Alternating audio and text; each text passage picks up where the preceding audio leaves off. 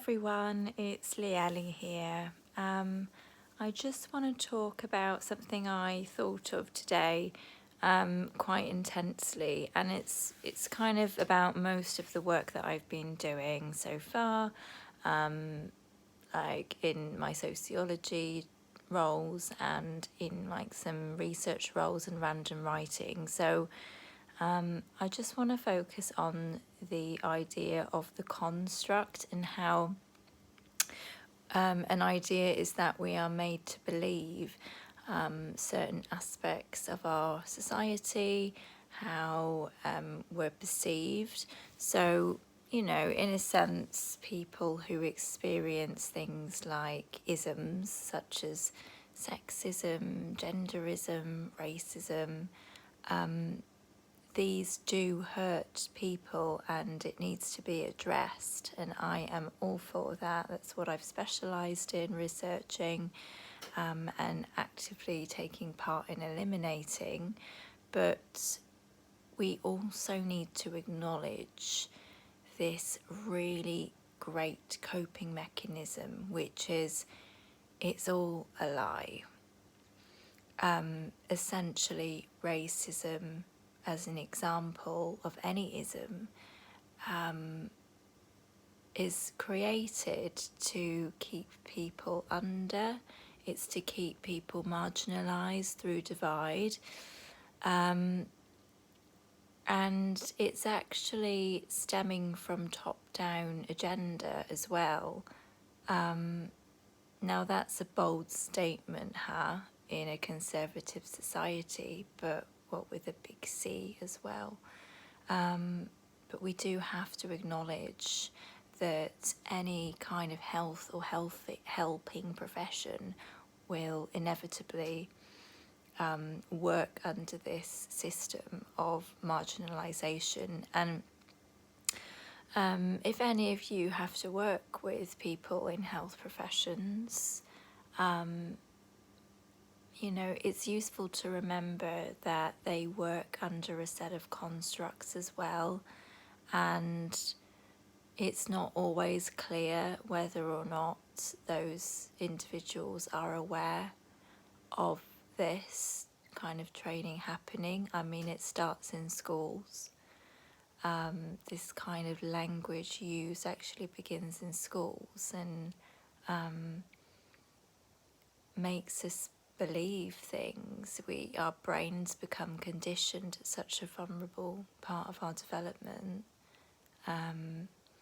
to think in certain ways and to perceive the world through a set of quite rigid lenses, which it actually isn't the natural human form of our minds. And when you start picking all these things apart, your endeavour to fight racism, as an example, I'm using this example because it's the specialism I've decided to partake in, that you're able to combat this a lot softer because you know deep down from studying constructed reality that actually racism is a fabricated concept, and we were deliberately puppeteered to set each other apart and set ourselves against each other.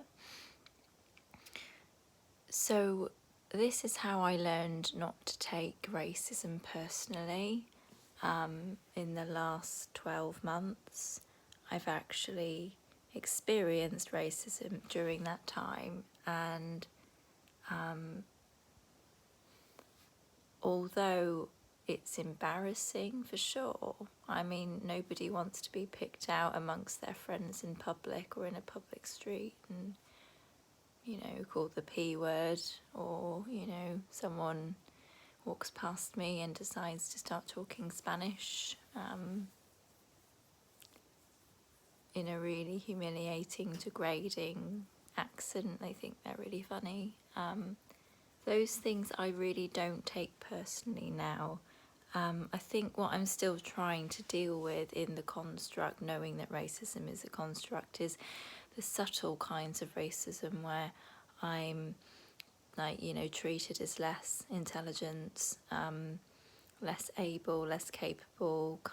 I kind of assume the role of the clown a lot of the time in social situations when I feel that happening, because it's much easier to act the stereotype right rather than standing up for yourself and saying, well, you know, this isn't okay, because I know deep down that those individuals who are perpetuating racism in subtle ways may not have self-awareness of their own behaviour and attitude, or any self-awareness of the construct that we live in.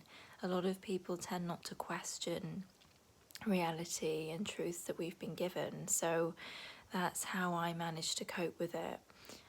Next video I'm going to be going back to cultural difference and giving you another analogy that I experienced, and I think it's quite funny and very relevant. So stay tuned for my next video. Thanks.